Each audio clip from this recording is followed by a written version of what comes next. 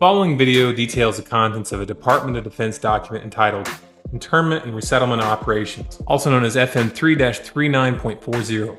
The document is 325 pages long and it is signed by Joyce E. Morrow, Administrative Assistant to the Secretary of the Army. It was created in 2010, however, it's just been recently leaked to the public via the internet and can now be downloaded from multiple sources.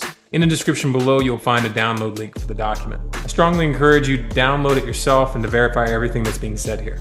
The document outlines military procedures for internment and resettlement of civilians, and it describes the layout and the administration of these internment camps. It clearly states on page 38 that it applies within U.S. territory, and it specifically addresses the detainment of U.S. citizens, as is indicated by the identification procedures for new prisoners on page 146, which states that social security numbers are to be recorded alongside their photograph and fingerprints.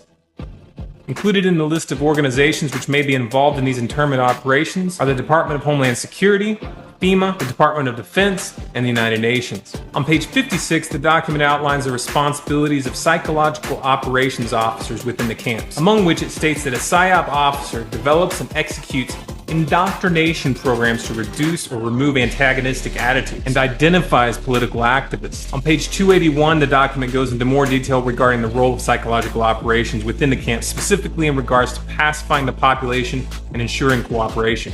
On page 238, it gives the conditions for the use of deadly force in such camps. Among the justifications for lethal force, it includes to terminate an active escape attempt. That point right there should make it clear that these camps are not benevolent disaster relief type facilities.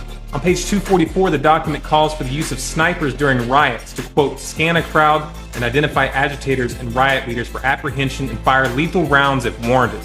On page 260, it shows the basic layout for a facility focusing on detainment. It is depicted with interrogation areas, tribunal areas, and mortuaries. Each detainment facility is designed to hold 4,000 prisoners, and they are depicted with multiple levels of barbed wire separating compartments within the facilities, with a double barbed wire fence enclosing them, and watched over by 24 guard towers. On page 261, the document depicts the layout for what they call civilian resettlement facilities, which are designed to house 8,000 people.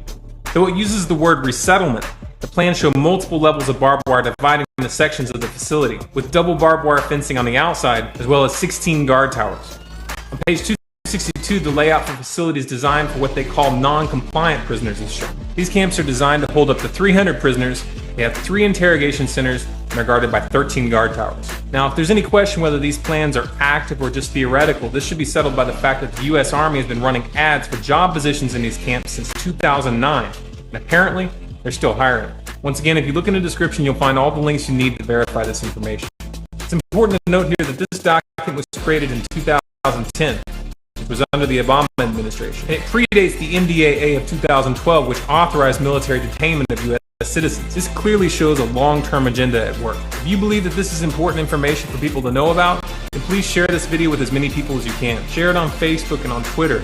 Send it in emails to friends and family. Especially send it to anyone you know within the police and military. A smart strategy would be to download the PDF yourself and email it to people as an attachment with a link to this video so that they know how to navigate the document. If you want more content like this, be sure to subscribe to this channel, Storm Clouds Gathering on YouTube. For bonus content, follow us on Facebook, facebook.com/Storm Clouds Gathering, on Twitter at Collapse Updates, and our website, stormcloudsgathering.com.